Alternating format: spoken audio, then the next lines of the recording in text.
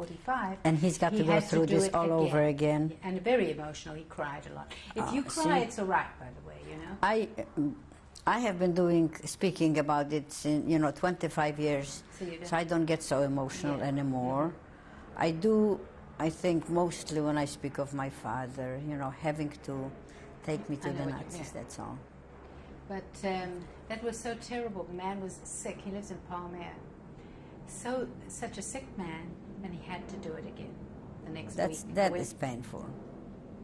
That's, that's negligence, carelessness. Well, you see, anybody can have a malfunction. Okay, it can happen. But after tape 2, when she saw she had problems, she should have turned a certain way. I lost. So I said, I don't need it. My goodness, how far am I from a telephone? But my kids, oh, sure. They walk around talking to you, and they're doing the dishes. And what I hate the most, the telephones in the cars. I look at Ruth. Don't look at the camera, look at me. It's the 3rd of April, 1995. Interview with survivor Rose Kaplovitz. Interviewer is Ruth Resnikoff. We are in Coconut Creek in the United States. Language is English, and this is tape 1.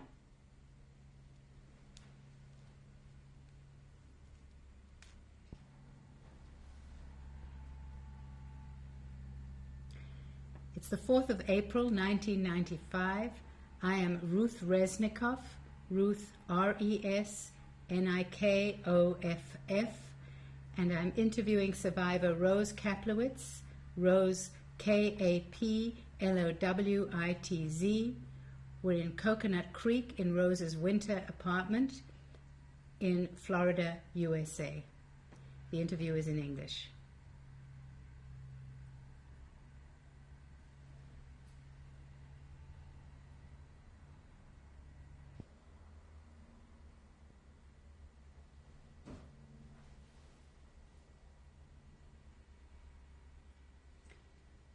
Rose, tell me your name before you were married. Polish name was Róża Zaks. In English would be Rose Zaks, Z-A-K-S. What was your nickname? What did the family call you? Róża, Różyczka, but it was just... And when were you born? I was born on September 6, 1930. Where? In Sosnowiec, Poland, which is the southwestern part of Poland, very close to the German border.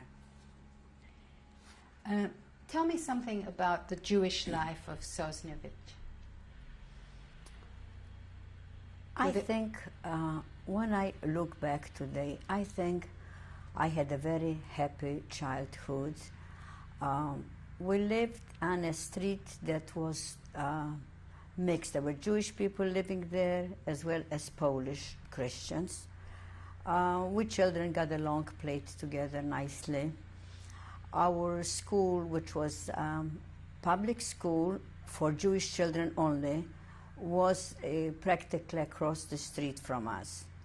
So we had always a lot of children. Many times after school, they all would come and play in our yard, all kinds of games. I lived in a 3-story building. That was my father, my mother. We were 6 sisters and 1 brother. And maybe because of the number of children, we had a very happy home life. There was a lot of singing and laughter in our home, and we had a lot of friends. Life was, though anti-Semitism prevailed in Poland, somehow our life was quite normal. Especially on our street, where we got along well. We played together. There were all kinds of games that we had. It's funny that some of the games that I played on a paper with a pencil, I see my grandchildren today playing on computers. And if I explain them the game, how do you know it, Grandma? So we had a beautiful childhood, I think. I remember vividly holidays. I remember my father and neighbors building this sukkah outside. And for each holiday, somehow the holidays were beautiful. It's like you felt it in the air. And for each holidays, there were special games. For Passover, we would use hazelnuts and grind them, make them into round balls, and play all kinds of games on the ground. We had a happy childhood. I went to school. We had all kinds of activities in school as well, and all kinds of plays. Like for Mother's Day was important in our school because we would always put up a play and all the mothers would come to school. And so I have wonderful memories of home. We had a grocery store, and my father was always in the store. My mother was helping also. Did you sell to Gentiles as well as Jews? Oh, yes. Most of our customers were Gentiles. And as I said, because it was a mixed neighborhood, I was exposed to Christian friends as well as to Jewish. Would you say that your family were observant or less? No, my family was observant, yes. Can you my tell father me was something Orthodox. about the synagogue? Do you remember the synagogue? Yes, the synagogue was right around the corner from our street, and I loved to go there, especially on Rosh Hashanah, because my father would blow the shofar, and I would stand next to him and pull on his talis, and I was so proud, like, oh, that's my father doing it. I was just a little girl, but I was so proud. I thought it was such a great thing. And in school where I went, it was a public school, but nevertheless, Jewish children in my hometown went to a separate school. The language and everything was Polish, but once a week we would have a teacher come and give us an hour of religion, but that was all. Do you remember the population of the town and how many Jews? Yes, the population was about 100 to 110,000 people, and the Jewish population at that time numbered between 28 to 30,000 Jews. So we were quite visible in our hometown.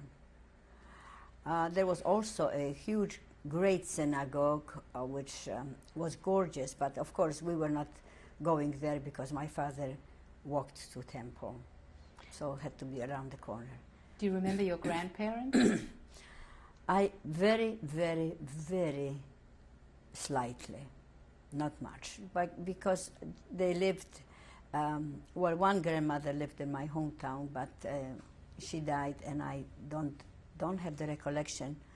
As a matter of fact, what's frightening to me, not only I am forgetting a grandmother, but also the pictures of my parents are slowly becoming less and less vividly, and it's a frightening experience for me.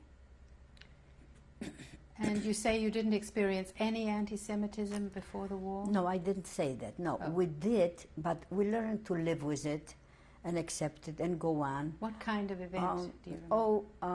Well, it was mostly I was exposed to anti-Semitism among my Christian friends, who were my friends, by the way, but every now and then they would say something derogatory, something negative.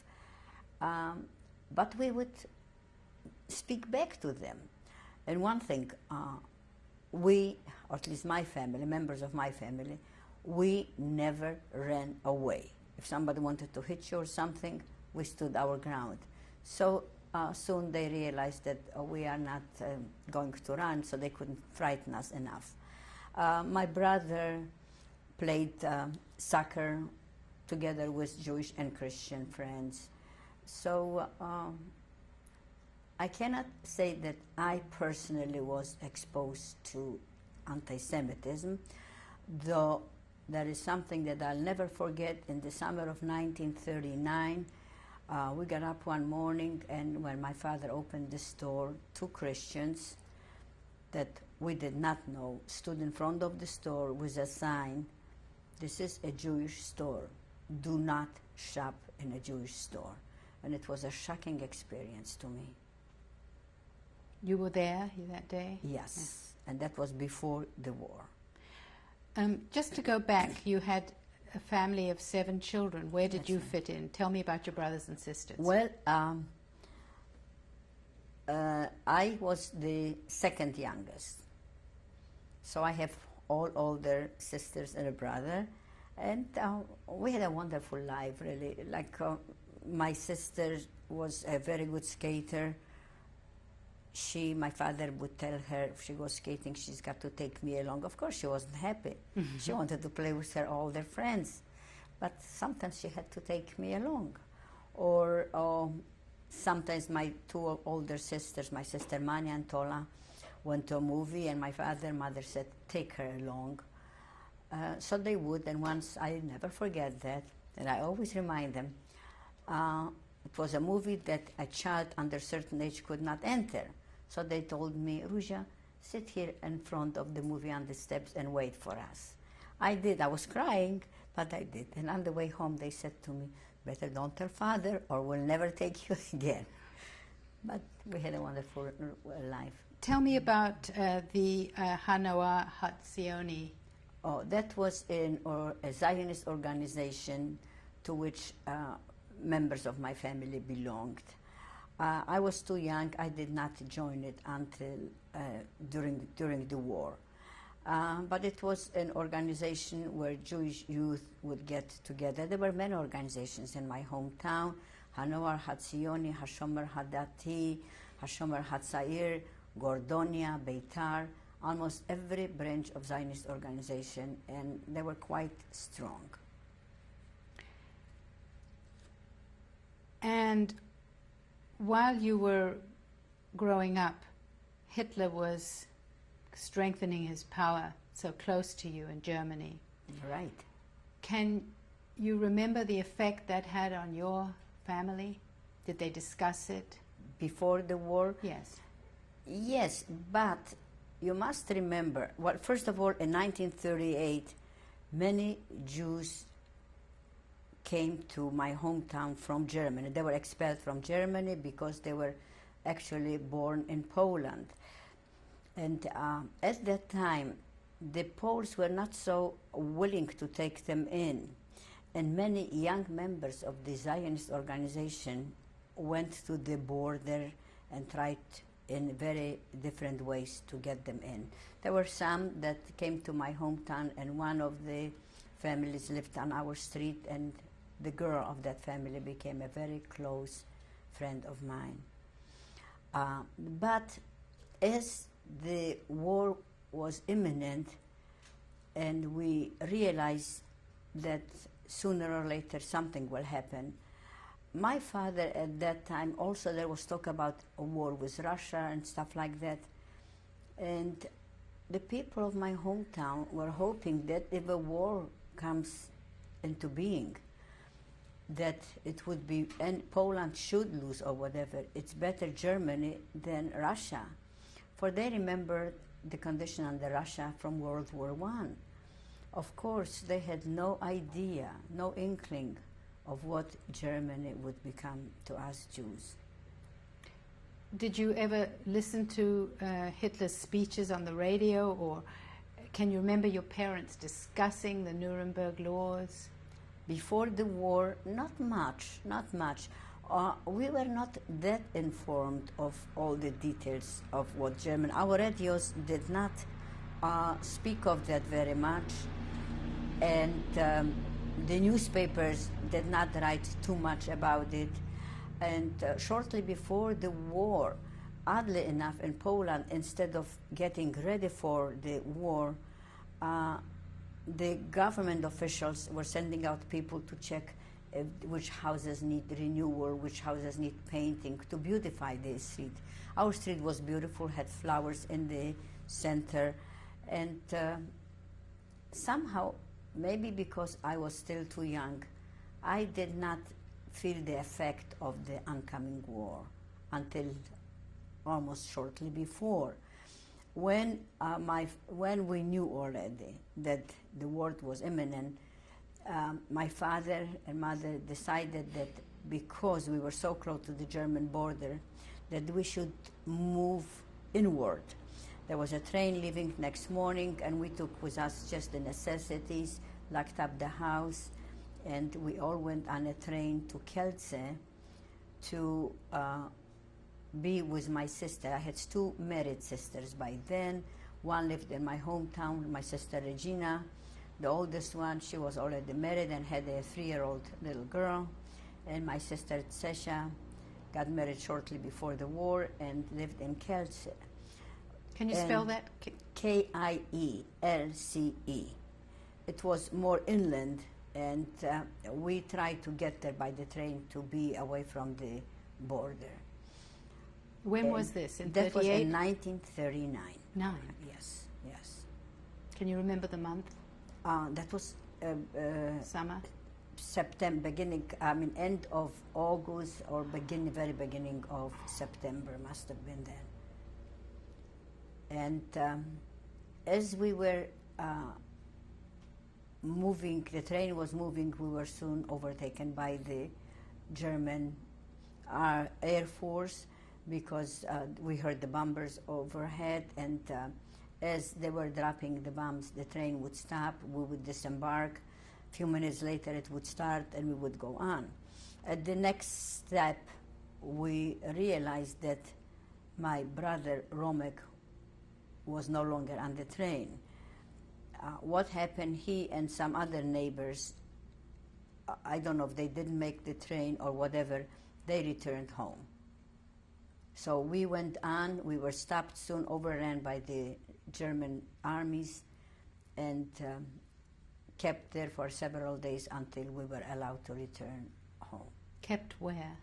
In that small little town in which, by that time, which the train reached. Where did you sleep? And we slept, I don't even recall, it was like a huge room, must have been some kind of a hall. It was strange, and we slept there one night, and next morning we were forced to return by foot home. And we did. It took us a long time, but then again, we didn't get very far from my hometown. But now, your brother suddenly disappeared. He was only 13, wasn't he? He was almost 15 that time. Oh. And he and several men returned home. And until today, we don't know if he couldn't make the train or if he just wanted to go back. I don't know. And then what happened to him? Well, when we returned home, a horrible shock hit us. It was then, on September 4th, that was when the Nazis entered my hometown. And it was when we returned home that we felt the horrible impact of the war. For it was then that we found out that my only brother was shot. And we found out what happened. As they entered my hometown, and my hometown, since being so close to the border, they actually entered through my street, through our street. And as they entered, they immediately tried to terrorize the people or frighten them, whatever. They approached certain buildings, and especially one building where my aunt lived, and hollered out, and I found this out from my aunt who survived that they hollered out, "Alle Juden Männer raus," all Jewish males come forward. And from that building, 13 men came forth. My uncle, my cousin, my brother, who was in my aunt's house, obviously, and my best girlfriend's father and two brothers, all in all, 13 young men and men. And they were marched to the edge of town. They were ordered to dig a ditch. And of course they obeyed, because first of all, that was the first day of the war. No one knew what was planned for the Jewish people. And then having machine guns standing over you, you obey. When they finished, they were shot and buried in the mass grave. I'm certain that in his death, my brother did not know why he was dying. He was 15 years old. He died only because he was a Jew and for no other reason at all. You see, this was the very first day of the war. Had the people of my hometown known what was to follow, had they had an idea even, they would have risen, fought back when we were still united, when our leaders were among us, when the strength was there. But after all, this was the 20th century. Who could even believe that the Nazis, the German people, the highly cultural German nation, the people who were so highly educated, not barbarians from a primitive backward country, but Germany, with the best educated scientists, with the Wagner music, with Beethoven's and all that, who would believe that there was a definite plan at work? We didn't. Well, when we found out about the death of my brother, I cannot tell you, I cannot explain what a terrible shock this was to us, especially to my father. You know, in the Jewish religion, it is the son who says the Kaddish or the prayer after his father dies. Can you imagine how difficult it must have been for my father to have to say the Kaddish after his one and only son? I can't imagine how he could endure that pain, how painful that must have been to him. But it was then, in September 1939, that I realized that life will never be the same for me. But of course, little did I know that this was only the beginning of things to come. Did the family sit shiva the way they would have done at a normal death? I don't recall, because that wasn't immediately, because he didn't have a regular burial place. We didn't even know exactly where. And I don't remember if they did or not. But if that was required, I'm sure that they did. I did not. I don't remember sitting shiva. You just went to school and, yeah. Yes, I returned to school, and but our home was never the same again. Instead of songs, it was still, it was quiet, it was a sad place. It was nothing like the home that I remembered from before. What was happening then? Things were becoming more difficult each day. Each day new ordinances were passed upon us. It started with the white armband with the Star of David on it. Then it was changed to a yellow star with the word Jew on the front and on the back of your clothing. We were barred from certain section of the city. We were forbidden to enter a theater or a movie house. We could not travel on a train or a streetcar. You see what was happening? It was happening very gradually, very systematically, and we were being conditioned. But slowly our liberties were being taken away from us one at a time. And with each of the liberties that we gave up, we thought or hoped that perhaps now they will leave us alone. Soon Jewish property was being confiscated, and so on.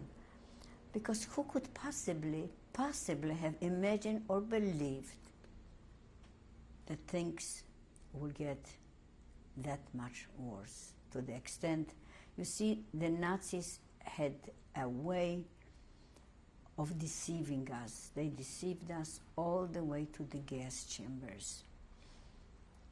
I cannot possibly imagine today that if somebody would have come and told us that there is such a plan, that anyone would even have believed it, that it was possible. Because this is inconceivable until today, to believe that highly cultural nation can carry out such horrendous crimes. In December of 1939, I was in school, and I was a happy child. The school, the building that I was going to school to was a brand new. They were building it in 1938. It was a beautiful building. As a matter of fact, I remember we were not allowed to wear shoes to school. We had to change in school into a special shoe because the floors were so gorgeous. It was a brand new building, and we were so proud of it. And especially the gym room was so different, so new. We were so proud of that school, and I adored my teacher, Helen Bergman, and I loved school. How old were you in 39? I was 9 years old, and I was in school, and then an announcement came that from that day on, no Jewish child could attend school. But it was a Jewish school. It was a Jewish school, yes, but nevertheless, schools suddenly were closed to us. And I cannot begin to describe you what a horrible feeling this is for a child. First, we thought it was a temporary ordinance, soon to be revoked. I mean, how could you even understand that children would not be allowed, would be forbidden to attend school? Can we imagine a 9, 10-year-old child stand in front of the house in the morning and observe all my Christian friends were going to school, carrying books, laughing, and there I stood, helpless, not even understanding why I am not allowed to go to school. But it was a very painful feeling. But of course, I didn't realize then, in 1939, that for the next 6 years, duration of the war, and 2 years after, I would never be allowed to go to school. And I cannot even describe to you what a horrible feeling this is. I loved school. I still love school. Anyway, from beginning, my mother decided to take a tutor because we were hoping the schools would open up. And Yusef Klein, he lived in a building near us, and he began teaching us. As a matter of fact, he was teaching us German and some English, and I'll never forget the table, the lab. And I am sorry that I don't have the little book. It's a memorial book, like tiny one, and I still have it, but I have it in Cleveland. And on the first page, he wrote, "Work while you work, and play while you play, for this is the way to be happy and gay." And underneath he wrote in Polish, "Always remember this, Rózio." And it was 1940. And the museum, I should give it to, and I will give it to them someday, but I can't part with it yet. But soon, of course, our money was running out because our store was confiscated, and my father was just assigned to work in a cooperative store, which was a store where people would come only with food coupons and purchase. Explain about they confiscated the store. What happened to it? The store was confiscated. They took away our store from us. We no longer owned the store. First, they closed it up, and they closed up many stores, and they just assigned certain stores where Jews could shop, but you had to have special coupons for food. And my father was assigned to work in one of those cooperative stores, like. So it was, our money, of course, was running out. We didn't have much, just barely for food. So my mother could not afford to pay for our tutor any longer.